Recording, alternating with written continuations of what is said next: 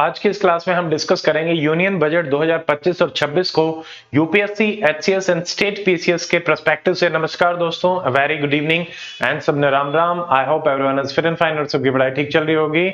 आप सबका स्वागत है doctor Amit HCS and IAS academy में और हमारा टॉपिक है यूनियन बजट 2025-26। देखिए, सबसे पहले तो हम देखेंगे कि ये टॉपिक न्यूज में क्यों था। जैसे कि आपको पता ही है कि 1 फरवरी को आपका बजट जो है वो प्रेजेंट किया गया था और इस कारण से ये न्यूज में था। उसके बाद हम इस तरीके से प्रोसीड करेंगे कि बजट इन इंडिया, तो वहां पे जितने भी टॉपिक आपके प्री और मेंस के हिसाब से इंपॉर्टेंट रहते हैं, तो एक कॉम्प्रिहेंसिव कवरेज आपको बजट का इस क्लास में मिलेगा।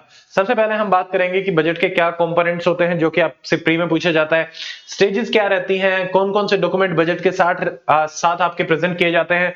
इकोनॉमिकल सर्वे और बजट, इनमें एक क्या डिफरेंस आपके रहते हैं। फिर कुछ इंपॉर्टेंट फैक्ट जो स्टेट पीसीएस एग्जाम्स में अलग अलग टाइम में पूछे गए हैं, उनको भी हम आज अभी इसमें देखने की कोशिश करेंगे। Then we will be seeing number 3, जो पूरा का पूरा हमारा यूनियन बजट 2025-26 आया है, उसका एक कंप्लीट हम ओवरव्यू लेंगे कि उसमें क्या उन्होंने अपने गोल रखे, क्या मिशन है, किस तरीके से कंप्लीट करना चाहते हैं, किन किन पिलर्स पे वो फोकस करना चाहते हैं, किस तरीके से सारा जो भी हमने टारगेट किया है उसको अचीव करना चाहते हैं। उसके अलावा क्या क्या रिफॉर्म्स इस बजट में लिए गए एंड इन द एंड आपको कुछ प्रैक्टिस क्वेश्चंस भी प्रोवाइड कराए जाएंगे प्री और मेंस के हिसाब से, जिनको आप अपने एग्जाम के लिए अच्छे से प्रैक्टिस कर सकते हैं, जो पीवाईक्यू में भी आपके आए होंगे। ठीक है, so now let us start. देखिए, ये न्यूज है, कुछ कंटेक्स्ट आपको दिखाने के लिए कि द हिंदू है, फाइनेंस एक्सप्रेस, हर जगह हमारा यूनियन बजट 2025 आपका न्यूज में था। स्पेशली टैक्स रिफॉर्म्स को लेके भी काफी न्यूज में था। ठीक है, सबसे इंपॉर्टेंट ये चीज चल रही थी। आर्टिफिशियल इंटेलिजेंस को लेके काफी बजट में प्रोविजंस आए हैं, चर्चाएं हुई हैं। ठीक है, तो ये सारा का सारा कुछ न्यूज़पेपर हेडिंग्स आपको बताई गई हैं कि हाँ, और बाकी मैक्सिमम आपको पता ही है कि हाँ भाई, इस तरीके से हमारा बजट चल ही रहा था। Now if we see next, देखिए सबसे पहले why in news, finance minister हमारी निर्मला सीतारमण जी ने बजट को प्रेजेंट किया था और प्रेजेंट किया था 1 फरवरी 2025 को। ठीक है, एक तो ये डेट 2025 की जो डेट, मतलब सॉरी 1 फरवरी की जो डेट है, इससे पहले आपकी ये नहीं रहती थी। 2017 में दो मेजर हमारे रिफॉर्म्स करे गए थे। एक तो बजट की जो डेट है वो थोड़ी सी 2 महीने पहले आपकी कर दी गई थी, और जो रेलवे और जो जनरल बजट रहता था उसको भी मर्ज कर दिया गया था, जो पहले हमारा अलग रहता था। ठीक है, तो इसी दौरान एक और कंसेप्ट आता है वोट ऑन अकाउंट, वो आप कमेंट सेक्शन में बताएंगे कि वोट ऑन अकाउंट क्या रहता है। ठीक है, अब यहाँ पे देखिए, ये जो बजट है ये हमारे 4 एरियाज पे फोकस कर रहा है। आप नाम याद कैसे रखेंगे, सिंपल सी ट्रिक है, अमित।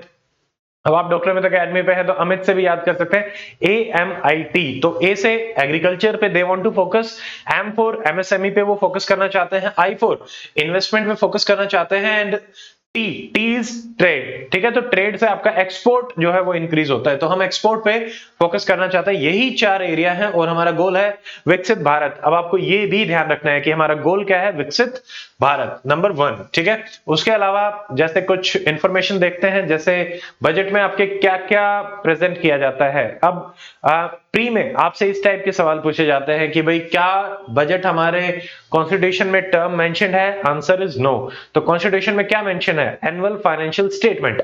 अब वो कौन से आर्टिकल में दी गई है, 112। ये इंफॉर्मेशन आपकी बहुत काम की है। ठीक है, ये आपसे डायरेक्टली एग्जाम में पूछी जाएगी। उसके अलावा कॉन्स्टिट्यूशन में आपको ये भी बताया गया है कि रेवेन्यू एक्सपेंडिचर हमें सेपरेटली जो है दिखाना पड़ेगा, और इसीलिए आपका बजट जो है वो बनाया जाता है। तो बजट में रिसीट और एक्सपेंडिचर हमारे एस्टिमेटेड रिसीट, एक्चुअल और उससे पिछले साल की 3 टाइप की रिसीट्स आपकी यहाँ पे बताई जाती हैं अलग अलग तरीके से। अब सवाल बनता है कि कौन प्रिपेयर करता है बजट को, तो DEA, department of economical affair, ministry of finance के अंदर इसको प्रिपेयर करता है, और उसका भी बजट डिवीजन जो है वो प्रिपेयर करता है। प्रेजेंट कौन करता है, यूनियन फाइनेंस मिनिस्टर हमारा प्रेजेंट करते हैं, और किसके बिहाफ पे करते हैं, प्रेसिडेंट के बिहाफ पे। आप यहाँ पे ध्यान रखेंगे, प्राइम मिनिस्टर नहीं, ना ही काउंसिल ऑफ मिनिस्टर, ना ही पार्लियामेंट, ये बजट प्रेजेंट होता है प्रेसिडेंट के बिहाफ पे। ठीक है, उसके बाद इफ यू सी 2017 मैंने आपको दोनों चीजें बता दी हैं, फरवरी 1 एंड रेलवे बजट को मर्ज किया गया। अब एक सवाल आपसे और बनता है कि जो रेलवे बजट को मर्ज किया गया था, ये कौन सी कमेटी की रिकमेंडेशन के बाद इसको मर्ज किया गया था। ठीक है, तो ये है नेक्स्ट। देखिए जो कंपोनेंट होते हैं, अब मेजरली अगर हम देखते हैं तो एक होता है हमारा रेवेन्यू बजट रहता है, एक कैपिटल बजट रहता है। और रेवेन्यू में भी हम 2 तरीके से रखते हैं, रेवेन्यू रिसीट और रेवेन्यू एक्सपेंडिचर। रेवेन्यू में वो चीजें आएंगी जैसे मान लीजिए आपके टैक्सेस हैं, वो रेवेन्यू रिसीट्स में आएंगी, और जो एक्सपेंडिचर जैसे कि सैलरीज में जाते हैं, एडमिनिस्ट्रेशन में जाते हैं, वो रेवेन्यू एक्सपेंडिचर में आएगा। सेम तरीके से कैपिटल में रिसीट्स और एक्सपेंडिचर भी आपका दिखाया जाता है। कैपिटल में क्या आता है, देखो अब यहाँ पे दो चीजें आपको ध्यान में रखनी है। कैपिटल में ऐसी चीज आती है जो आपकी लायबिलिटीज को और एसेट्स को इंक्रीज या डिक्रीज करता है। तो कैपिटल रिसीट्स में मान लीजिए लोन बोरोइंग्स आपने करी, वो आपका कैपिटल रिसीट्स में रहेगा। और एक्सपेंडिचर में ऐसी चीजें होती है जो लॉन्ग टर्म आप एसेट्स जो है वो क्रिएट करते हैं, रोड इंफ्रास्ट्रक्चर, हॉस्पिटल इंफ्रास्ट्रक्चर, तो वो हमारा कैपिटल एक्सपेंडिचर में आपका आता है। ठीक है, बाकी आपको बहुत डिटेल में, जैसे कि मान लीजिए इनकम टैक्स, कॉर्पोरेशन टैक्स, किस में हमारा कितना परसेंटेज रहता है, वो आगे हम बजट में डिटेल में देखेंगे। नाउ इफ वी सी, देखिए कितनी स्टेजेस में हमारा बजट जो है वो प्रेजेंट किया जाता है। तो देखिए सबसे पहली जो स्टेज होती है, मोटे मोटे तौर पे हम 6 स्टेप्स बोल सकते हैं। नंबर 1 स्टेज रहती है प्रेजेंटेशन। इसमें जैसे निर्मला सीतारमण जी ने प्रेजेंटेशन करा और आके स्पीच दी, वो होता है आपका प्रेजेंटेशन ऑफ द बजट। उस प्रेजेंटेशन के बाद आपका होता है जर्नल डिस्कशन। तो ये आपकी होती है स्टेज नंबर 2। उसमें सब लोग डिस्कस करते हैं कि हाँ भाई इसमें ये मोटे मोटे प्रोविजंस थे और किस हिसाब से हम खर्च करना चाहते हैं या फिर इनकम आपकी जनरेट करना चाहते हैं। ठीक है, उसके बाद थर्ड आता है डिटेल्ड जो डिस्कशन रहता है, वो होता है डिपार्टमेंटल कमिटीज में, scrutiny by departmental standing committees. तो इसके पास बजट जाएगा, हर डिपार्टमेंट अपने अपने हिसाब से उसको स्क्रूटनाइज करेगा एंड उसको देखा जाएगा। अब एक सवाल आपसे फिर से मैं पूछना चाहता हूं कि डिपार्टमेंटल स्टैंडिंग कमेटी, उनके कितने मेंबर होते हैं और कितने लोकसभा से आते हैं और कितने आपके राज्यसभा से आते हैं। अब जैसे ही कमेटी ने इनको रिकॉग्नाइज किया, उसके बाद हमारा फोर्थ स्टेप आता है डिमांड फॉर ग्रांट पे वोट करना। ठीक है, अब आपको एक चीज और ध्यान रखनी है कि जो demand for grant voting, budget क्योंकि एक मनी बिल होता है, मनी बिल में और बजट में सिर्फ और सिर्फ लोकसभा में ही वोटिंग होती है, राज्यसभा का कोई रोल नहीं होता। 14 डेज का टाइम ड्यूरेशन उनको मिलता है, दैट्स इट। ठीक है, तो वोटिंग होती है, वोटिंग के बाद कोई भी डिमांड है वो ग्रांट में आपकी कन्वर्ट हो जाती है। फिफ्थ और सिक्स्थ आर लाइक दो हमारे बिल आते हैं, एक आता है एप्रोप्रिएशन बिल कि भाई बजट में आप कहां पे एक्सपेंडिचर करना चाहते हो। तो एप्रोप्रिएशन इज एक्सपेंडिचर, मैं यहां पे खर्च करना चाहता हूं, तो वो आपको बता दिया जाएगा, डिफेंस में इतना, हेल्थ में इतना, एजुकेशन में इतना, वो सारी चीजें आगे इस क्लास में आएंगी। नेक्स्ट फाइनेंस बिल, फाइनेंस होता है इनकम कि भाई हमारी जो इनकम सोर्स रहेंगे वो क्या रहेंगे, किन टैक्सेस के थ्रू रहेंगे, वो सारा का सारा हम इस पे करते हैं। अब आपको एग्जाम के पर्सपेक्टिव से ये भी पता होना चाहिए, पहले ए आता है फिर एफ आता है, ए एफ एप्रोप्रिएशन पहले पास होता है, फाइनेंस बिल आपका सेकंड स्टेज में जो है वो पास होता है। ठीक है, नेक्स्ट इफ वी सी, देखिए हमारे बजट में कौन कौन से इंपॉर्टेंट चीजें रहती हैं, कौन से डॉक्यूमेंट्स रहते हैं। जैसा कि 3 हमने पहले ही देख लिया, demand for grant, appropriation bill and finance bill. उसके अलावा अब जो हमारा है एफआरबीएम एक्ट, ठीक है, financial responsibility budget management act हमारा रहता है, फिजिकल, तो उसमें हमारे 3 डॉक्यूमेंट जो हैं वो प्रेजेंट करे जाते हैं। 3 कौन कौन से डॉक्यूमेंट है, ये तीनों आप ध्यान में रखेंगे। सबसे पहला है मैक्रो इकोनॉमिकल फ्रेमवर्क स्टेटमेंट। ठीक है, तो पहली चीज तो ये ध्यान रखना है, ये है मैक्रो। फिर आता है मीडियम, और अगले जो दोनों हैं वो रहते हैं आपके फिस्कल पॉलिसी पे, medium term fiscal policy strategy, क्योंकि सरकार ही लेके आती है हमारी फिस्कल पॉलिसी, और मॉनेटरी पॉलिसी जो है वो किसके पास रहती है, आपकी आरबीआई के पास। तो ये 3 डॉक्यूमेंट हैं जो एफआरबीएम एक्ट में आते हैं। एफआरबीएम में देखिए उसके अलावा रेवेन्यू डेफिसिट के बारे में भी बात करी गई है, फिस्कल डेफिसिट के बारे में भी बात करी गई है। द मेन पॉइंट हमारा ये रहेगा कि हाँ भाई इनके थ्रू हमारा बजट जो है वो प्रेजेंट आपका रहता है। ठीक है, उसके बाद if you see what are the differences between economical survey and budget, तो ये हमने यहाँ पे आपके लिए टेबल बनाई है। देखिए सबसे पहले इकोनॉमिकल सर्वे एक डॉक्यूमेंट होता है जिसमें कि प्रीवियस ईयर की आपकी जो इकोनॉमिकल परफॉर्मेंस है उसको देखा जाता है और अगले के हिसाब से रिकमेंडेशंस दी जाती हैं। बजट ऐसा नहीं होता, बजट में आपके 3 साल का अलग अलग लेखा जोखा होता है। अगले साल में क्या एस्टिमेटेड रिसीट और एक्सपेंडिचर रहेगा, इस साल का क्या रहा और उससे पिछले साल का एक्चुअल क्या रहा, इन तीनों को प्रेजेंट किया जाता है। ठीक है, तो ये रेवेन्यू और एक्सपेंडिचर का रहता है। अब यहां पे देखिए कौन इसको करता है, CEA, chief economical advisor, same department रहता है, department of economical affair, DEA. यहां पे भी वही है, बट यहां पे बजट डिवीजन इसको प्रिपेयर करता है। ठीक है, and then again next present किया जाता है, बजट 1 फरवरी को आता है, इकोनॉमिकल सर्वे उससे एक दिन पहले आपका प्रेजेंट किया जाता है। अब एक सवाल और दिमाग में आएगा कि क्या संविधान में ये चीज मेंशन है। देखो संविधान में बजट को प्रेजेंट करना तो आपका मैंडेटरी है, बट बजट भी बताया कैसे गया है, annual financial statement, not directly term को यूज किया गया है। अब यहाँ पे इकोनॉमिकल सर्वे जो है उसका कॉन्स्टिट्यूशन में कोई भी मैंडेट आपका नहीं रहता कि इसको हमें करना है। उसके अलावा पार्लियामेंट्री अप्रूवल अगर हम देखें बजट के केस में पार्लियामेंट्री अप्रूवल आपका नेसेसरी रहेगा, क्योंकि वो आपको लोकसभा से पास करना है। पार्लियामेंट्री मतलब यहाँ पे लोकसभा राज्यसभा दोनों नहीं है, सिर्फ और सिर्फ लोकसभा। यहाँ पे क्या है, पार्लियामेंट्री अप्रूवल की कोई भी नीड नहीं है। बजट हमारा लीगली बाइंडिंग होता है, जबकि ये लीगली बाइंडिंग नहीं होता। तो ये मेजर हमारे 6 7 डिफरेंसेस हैं, दो छह डिफरेंसेस हैं जो हमने इकोनॉमिकल सर्वे और बजट में देख लिए हैं। आज हम बजट का ओवरव्यू ले रहे हैं, उसके बाद आपकी डिटेल क्लासेस भी रहेंगी जिसमें हम इकोनॉमिकल सर्वे और बजट के आपके लिए बहुत सारे क्लासेस जो है वो यूट्यूब पे ही लेके आएंगे।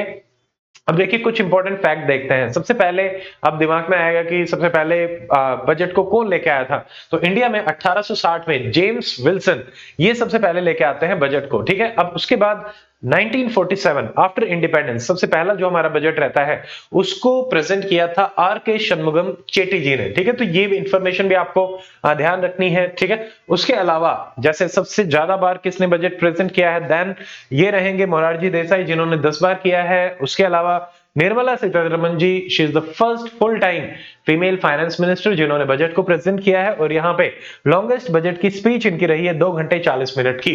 अब अगर मान लीजिए ये तो लॉन्गेस्ट है, डिपेंडिंग अपॉन द कितनी देर वो बोली। अब अगर हम बात करें कि नंबर ऑफ वर्ड्स किस किस स्पीच में सबसे ज्यादा थे, तो आप कमेंट करके बताएं कि किन्होंने बजट प्रेजेंट किया था उसमें सबसे ज्यादा वर्ड्स के हिसाब से था। अब देखिए नाउ अगला हम देखते हैं कि ओवरव्यू, हमारे जो यूनियन बजट है उसका हम ओवरव्यू लेते हैं। देखो सबसे पहले जो थीम है बजट की वो है सबका विकास, ठीक है। और गोल है विकसित भारत, जो कि हम बात कर रहे हैं 2047 तक डेवलप्ड कंट्री बनाने के लिए। तो यहाँ पे दोनों चीजें ध्यान रखेंगे, थीम और गोल में कंफ्यूज नहीं होंगे। एस और टी साथ आता है, तो एस टी वी ये तीनों साथ में आते हैं। तो थीम इज सबका विकास, ठीक है। गोल इज विकसित भारत।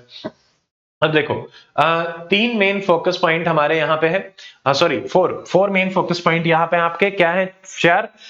एक तो जिन पे फोकस करना चाहता है, जैसे मैंने आपको अमित वाली ट्रिक बताई थी, AMIT, agriculture, MSME, investment and trade और एक्सपोर्ट प्रमोशन।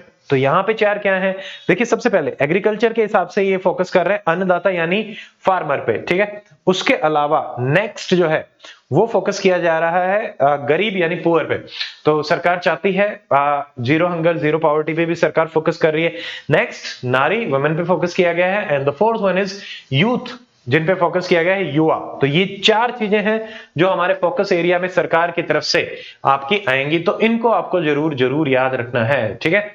उसके अलावा अब हम देखते हैं कि जैसे हमारे बजट के मेन सोर्सेज ऑफ रेवेन्यू आपके क्या रहे। देखो अगर आप बात करो रेवेन्यू एक्सपेंडिचर, तो यहाँ पे रेवेन्यू इनकम एंड एक्सपेंडिचर, तो लार्जेस्ट रेवेन्यू सोर्स जो रहा है वो आपका रहा है बोरोइंग। अभी आपको एक टेबल भी मैं दिखाऊंगा जिसमें ये सारी डिटेल में है। पूरे बजट का 24% हिस्सा जो रेवेन्यू का हमारा रहा वो हम बोरो करके लेके आते हैं, लोन से लेके आते हैं, ठीक है। लार्जेस्ट एक्सपेंडिचर जो है वो रहा है कि जो सेंट्रल गवर्नमेंट स्टेट्स के साथ शेयर करती है वो कितना रहा है 22%। तो 24 और 22 ये दोनों नंबर 1 जो है वो आपको बिल्कुल जरूर याद रखने हैं। नेक्स्ट इफ वी सी, देखिए मेजर जो हमारे डेवलपमेंटल है 1 2 3 4, हम टोटल 6 7 याद करेंगे। नंबर 1 आपको ध्यान में रखना है डिफेंस। डिफेंस है लगभग 4,91,000 के आसपास। उसके बाद हमारा रूरल डेवलपमेंट आता है लगभग 2.5 लाख, 2.6 लाख के आसपास, ठीक है। एजुकेशन है, हेल्थ है, इनमें भी रहता है 1.28 लाख और 0.98 लाख, ठीक है। तो ये भी ध्यान रखेंगे। उसके अलावा अब ये सारे फैक्ट आपको जरूर ध्यान रखने, ये आप मेंस में भी लिख के आ सकते हैं, इंटरव्यू में पूछा जा सकता है, तो ये इंपॉर्टेंट बनेंगे। उसके अलावा अगर फिस्कल पर्सपेक्टिव से बात करें तो रिवाइज्ड एस्टिमेट में हमारा जो फिस्कल डेफिसिट है वो है 4.8% ऑफ द जीडीपी, ठीक है। और 2025-26 में जो एस्टिमेट्स है फिस्कल डेफिसिट के वो है 4.4, यानी हम एक्सपेक्ट कर रहे हैं कि कम होगी हमारी डेफिसिट, ठीक है। तो ये है 4.4 4.8, ये दोनों याद रखेंगे, ये चारों याद रखेंगे। अब देखिए हमारे ओरिजिनल बजट डॉक्यूमेंट में ये सारे दे रखे हैं कि भाई हमका जो रिसीट्स है, तो देखो ये टेबल देखिए रेवेन्यू रिसीट्स जो हमारी आई है। तो आप देखो 2023 24 24 25 26 में क्या एक्सपेक्टेशन हमारी चल रही हैं। तो 27 31 मतलब अप एंड डाउन चल रहा है अभी के लिए, बस आप इतना समझने की कोशिश करें, ठीक है।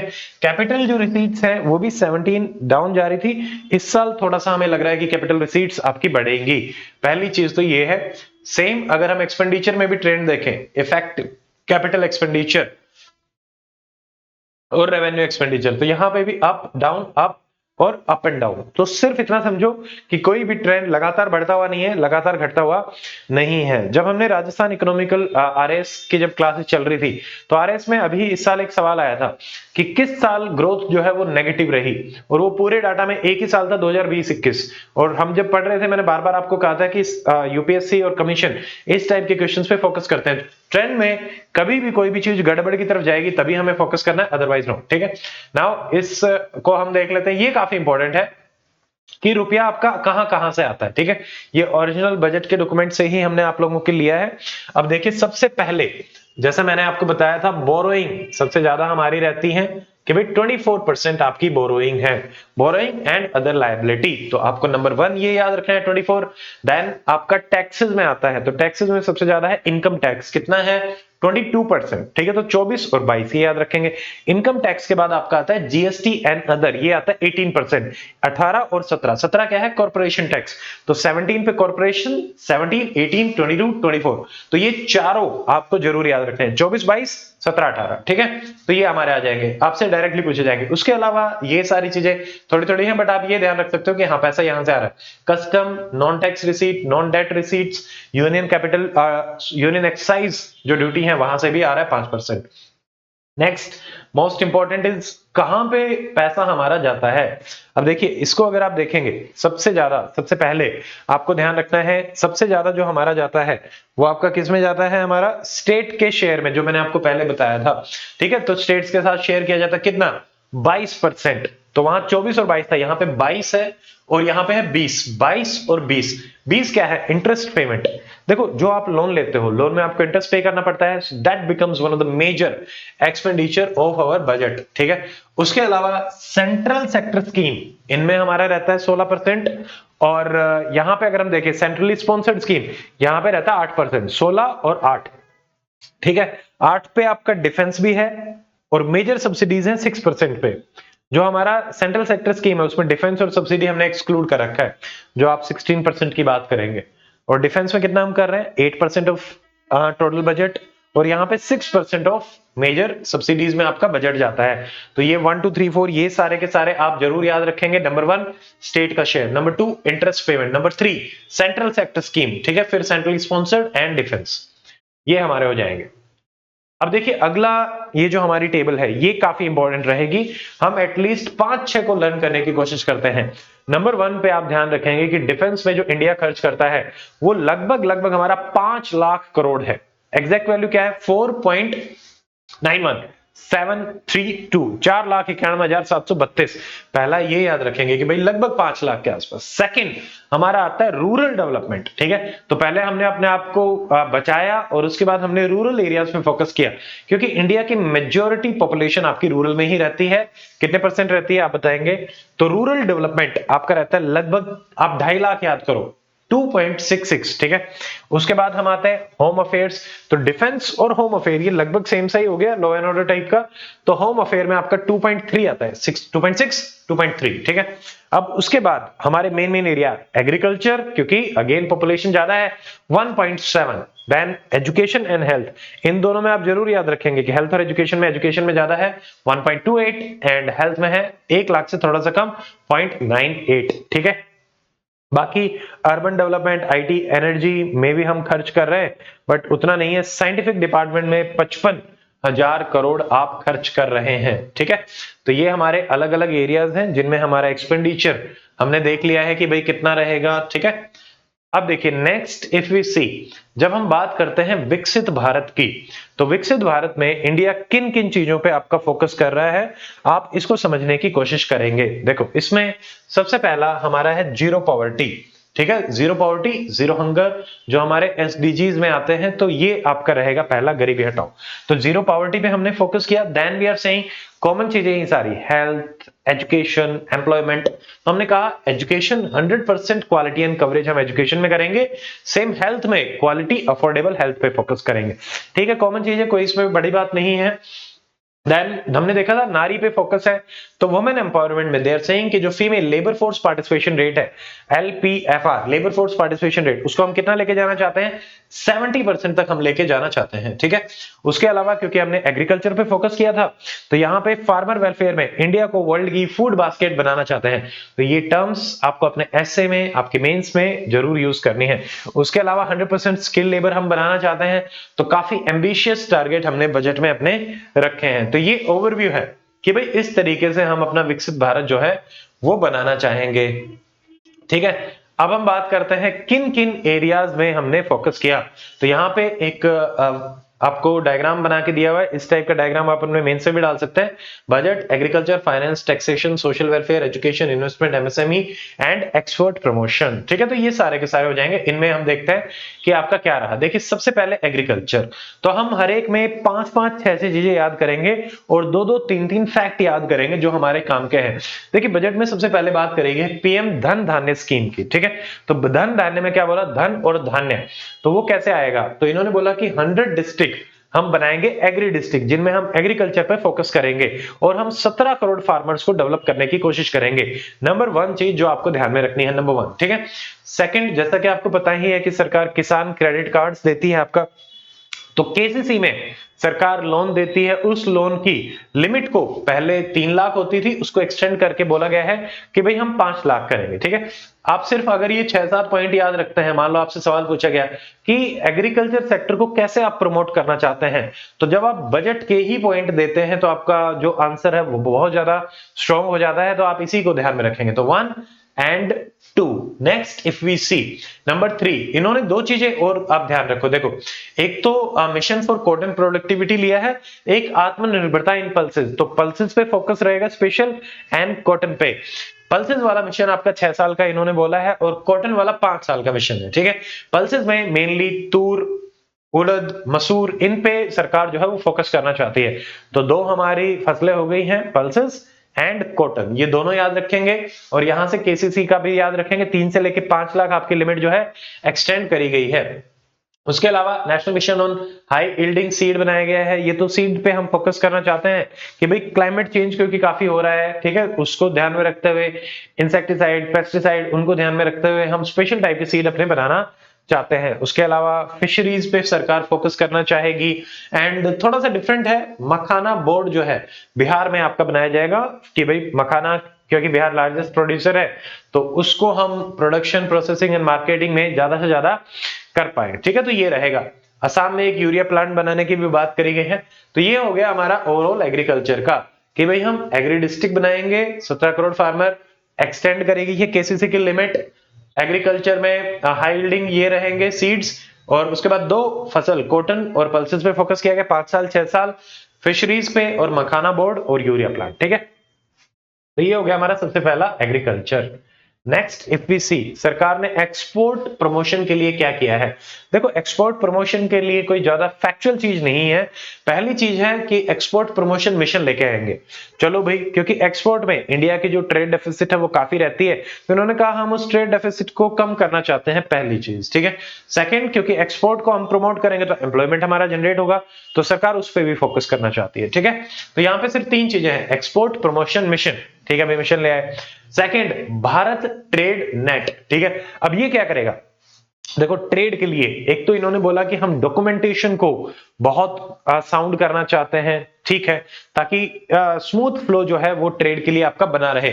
नंबर 2, इंडिया को ग्लोबल सप्लाई चेन जो हमारी है कि भाई फॉरवर्ड बैकवर्ड लिंकेज, कैसे आप अपना सामान इंडिया से लेके बाहर के देशों में पहुंचाएंगे, इंपोर्ट एक्सपोर्ट दोनों ही पर्सपेक्टिव से, तो हम ग्लोबल सप्लाई चेन का हिस्सा बने और उसको रोबस्ट करें, इस पे भी सरकार फोकस करना चाहती है, ठीक है।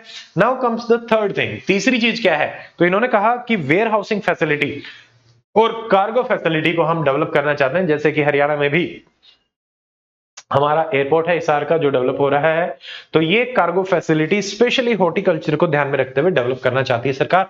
इसके पीछे कारण, क्योंकि हॉर्टिकल्चर में हमारे जो फ्रूट एंड वेजिटेबल्स आते हैं वो हमारे पेरिशेबल आइटम्स होते हैं, तो अगर वो कार्गो एयर के थ्रू जाएंगे तो उसका काफी बेनिफिट हमें देखने को मिलेगा, एक्सपोर्ट से अर्निंग भी देखने को मिलेगी, ठीक है। अब हम बात करते हैं तीसरे एमएसएमई सेक्टर की। देखो एमएसएमई क्योंकि माइक्रो स्मॉल मीडियम है, सबसे पहली चीज तो जो बजट में बदली गई वो बदली गई है इनकी डेफिनेशन। देखिए सबसे पहले क्या है, पहले जो हमारी डेफिनेशन होती थी तो डेफिनेशन में दो तरीके से डिफाइन किया जाता था। एक होता था इन्वेस्टमेंट कि भाई आप कितना इन्वेस्ट कर रहे हो, एक होता था आपका एनुअल टर्नओवर कितना है। देखो पहले माइक्रो स्मॉल मीडियम, ये टेबल आपको दिया हुआ है, इस टाइप की टेबल भी आप अपने हाथ से बना लेंगे।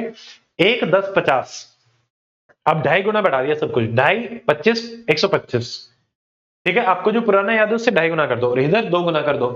पहले एनुअल टर्नओवर आपका होता था 5 50 और 250, इसको करा गया है 10 100 और 500। ठीक है, तो ये बिल्कुल याद रखना है।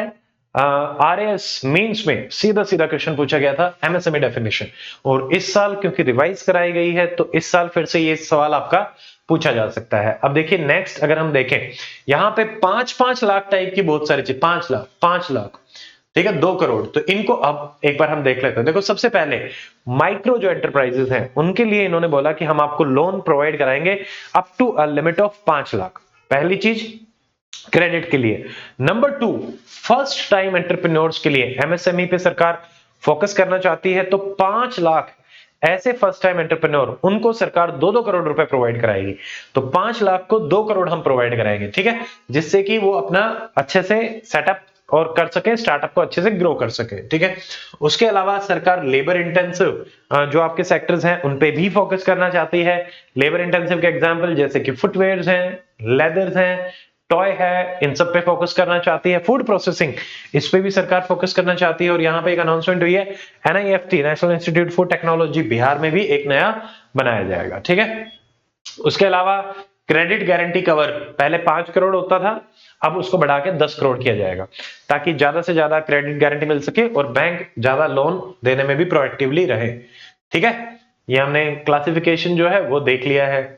नेक्स्ट आता है इन्वेस्टमेंट को डेवलप करने के लिए क्या है, तो यहां पे डायरेक्टली प्री के सवाल बनेंगे। देखो दो फंड बने हैं, ठीक है, 2 फंड बने हैं, वो क्या क्या है, पहला है अर्बन चैलेंज फंड। अब नाम से ही पता चल रहा है अर्बन एरिया लेड ग्रोथ को ये फोकस करना चाहता है। उसमें अलग अलग एरिया रहेंगे, ये उतना नहीं कि redevelopment, water sanitation, yes cities को हम एक ग्रोथ हब बनाना चाहते हैं। पॉइंट इज कितना इसका अमाउंट है, दैट इज 1 लाख करोड़। आपको 1 लाख करोड़ जरूर याद रखना है, पहली चीज। ठीक है, सेकंड है maritime development fund. Maritime development नाम से ही पता चल रहा है, पोर्ट्स, ठीक है, शिप्स, इनके डेवलपमेंट के लिए आपका रहेगा, और लॉजिस्टिक इंफ्रास्ट्रक्चर जैसे हमने सागरमाला और इन सब में पहले देखते थे, तो उसको डेवलप करना चाहेगा। यानी 2 फंड बन रहे हैं, अर्बन एंड मैरीटाइम। तो यहां पे क्योंकि देखो अर्बन एरिया से ज्यादा एक्सपोर्ट्स होते हैं और मैरीटाइम से भी ज्यादा एक्सपोर्ट्स होते हैं, इन्वेस्टमेंट हम इनमें बढ़ाना चाहते हैं। उसके अलावा ये दोनों चीजें याद रखें। देखो टूरिस्ट उड़ के गया, तो टूरिस्ट कहां गए, तो टूरिस्ट लेड डेवलपमेंट पे सरकार फोकस करना चाहती है और कह रही है कि 50 न्यू सेंटर्स हम बनाना चाहते हैं। फर्स्ट थिंग, सेकंड 50 उड़ के जो गया, उड़ान स्कीम, तो उड़ान में जब हम रीजनल कनेक्टिविटी की बात कर रहे थे तो उसमें सरकार चाह रही है कि 120 न्यू डेस्टिनेशंस हमारे रीजनल है। तो आप 50 और 120 इन दोनों फैक्ट पे भी जरूर याद रखेंगे कि 50 हमारे टूरिज्म नए डेस्टिनेशन डेवलप करे जाएंगे, और ये and fifth most important thing is nuclear energy. देखो अभी तक हम हर सेक्टर को प्राइवेटाइज कर रहे थे, now we are privatizing our nuclear sector also. तो यहां पे ये कह रहे हैं कि active private sector participation. And number 2, हम स्मॉल मॉड्यूलर रिएक्टर जिनको आप बोलते हैं एसएमआर, उनको हम डेवलप करना चाहते हैं। अब ये एसएमआर के बारे में प्री में अलग अलग स्टेट पीसीएस में पूछा गया है, तो इनके बारे में आप जरूर देखें कि इंडिजिनियसली एसएमआर हमारे डेवलप करे जाएंगे। ठीक है, तो ये हो गया हमारा इन्वेस्टमेंट को लेके। Now if we see next है हमारा एजुकेशन एंड रिसर्च। तो एजुकेशन में एक बार देख लेते हैं। देखो एजुकेशन में हम फोकस कर रहे हैं बुक्स पे, मनुस्क्रिप्ट्स पे। तो बुक्स को लेके क्या है, डिजिटल इंडियन लैंग्वेज की बुक्स की लाइब्रेरी बनाई जाएगी। ठीक है, तो इसके लिए स्कीम है भारतीय भाषा पुस्तक स्कीम। तो भारतीय भाषा की पुस्तक, तो इंडियन लैंग्वेजेस में डिजिटल लाइब्रेरी बनाई जाएंगी स्कूल लेवल पे। पहला हो गया ये। नंबर 2, ज्ञान भारतम, ज्ञान मिलता है पुरानी चीजों से। पुरानी चीजें क्या होती है, मनुस्क्रिप्ट। तो मनुस्क्रिप्ट्स को कंजर्व एंड डॉक्यूमेंट किया जाएगा। ये है दोनों स्कीम, दोनों डायरेक्टली किसी भी एग्जाम में आपसे पूछी जा सकती हैं। नेक्स्ट कॉमन चीजें हैं, मेडिकल सीट्स बढ़ाई जाएंगी, आईआईटीज को बढ़ाया जाएगा, आईआईटी आईएससी में रिसर्च बढ़ाई जाएगी।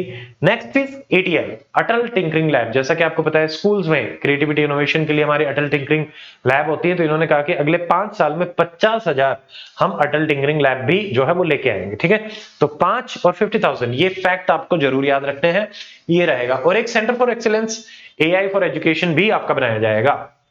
ठीक है, तो एआई का काफी अपना चल ही रहा है, तो उसके लिए यहां पे भी एक चीज रहेंगे। तो ये हो गया हमारा एजुकेशन एंड रिसर्च सेंटर में बजट के important provisions. Next if we see कि भाई सोशल में क्या है, सोशल वेलफेयर। देखो सबसे पहले आपने पुराना एक जो हमारे स्कीम्स हैं वो देखी होंगी, तो उनमें हमारी एक स्कीम आती है आपकी, क्या आती है, ये आती है हमारी जल जीवन मिशन स्कीम। जल जीवन मिशन में रूरल टैप्ड वाटर आपको प्रोवाइड कराने की बात करी गई थी in all the house hold 2024 तक। अब उसको एक्सटेंड करा गया है।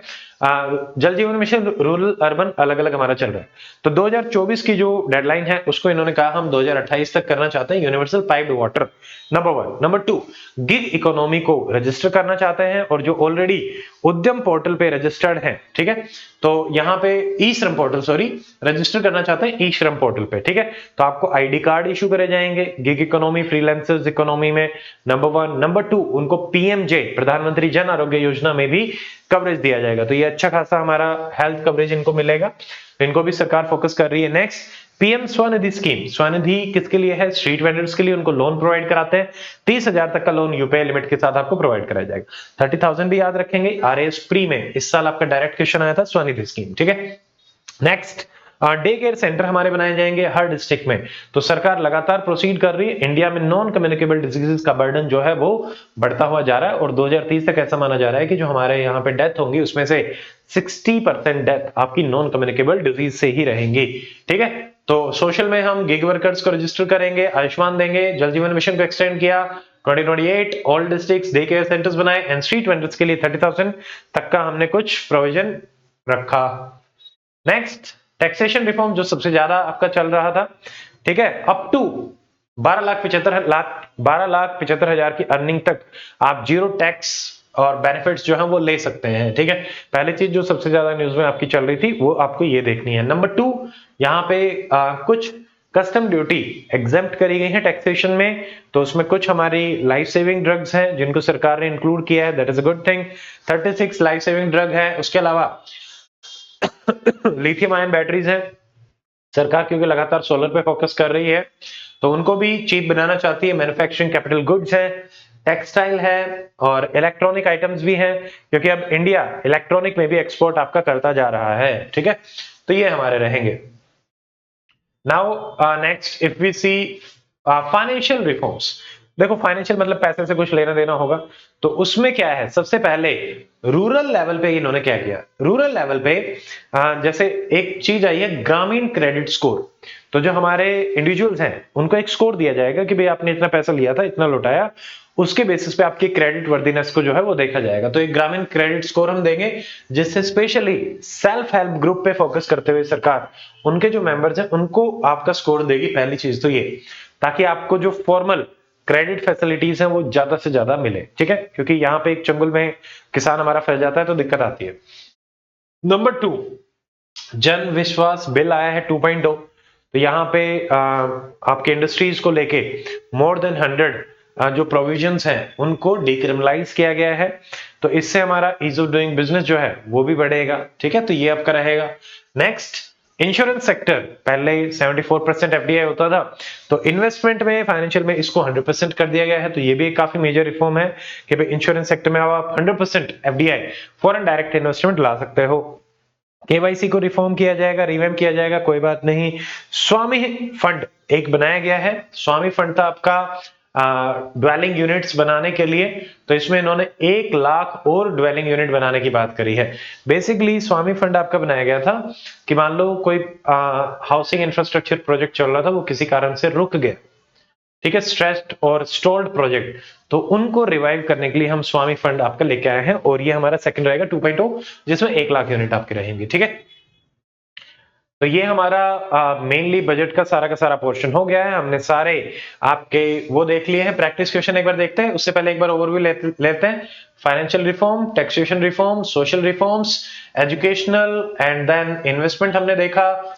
एमएसएमई सेक्टर के जितने रिफॉर्म्स थे वो हमने देखे, एक्सपोर्ट्स के देखे एंड एग्रीकल्चर।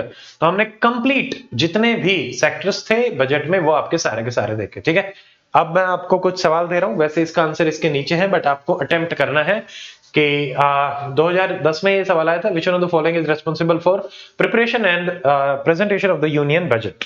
सिंपल सा क्वेश्चन आया, सीधा सीधा आप इसको आंसर करेंगे।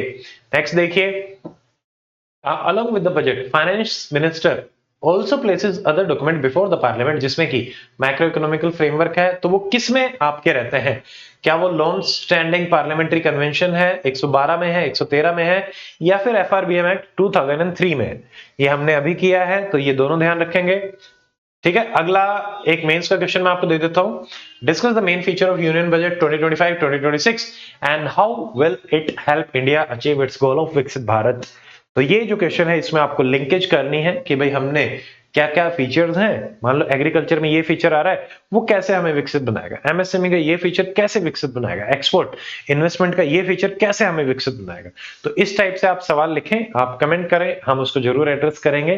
तो आज के हमारे बजट के डिस्कशन में इतना ही। हम एक नया डिस्कशन शुरू कर रहे हैं इस टाइप का, और with new kind of presentation. तो आप अपने व्यूज जरूर शेयर करें कि आपको प्रेजेंटेशन कैसी लगी और क्या क्या इसमें और बेहतर किया जा सकता है, ताकि आगे आने वाले वीडियोस में उनको इनकॉर्पोरेट करके आपके लिए और बेहतर हम बना सकें। So that's it in this video. Share it with your friends who are preparing for UPSC HCS and see in the next one. Till then, stay fit, stay healthy, goodbye, जय हिंद।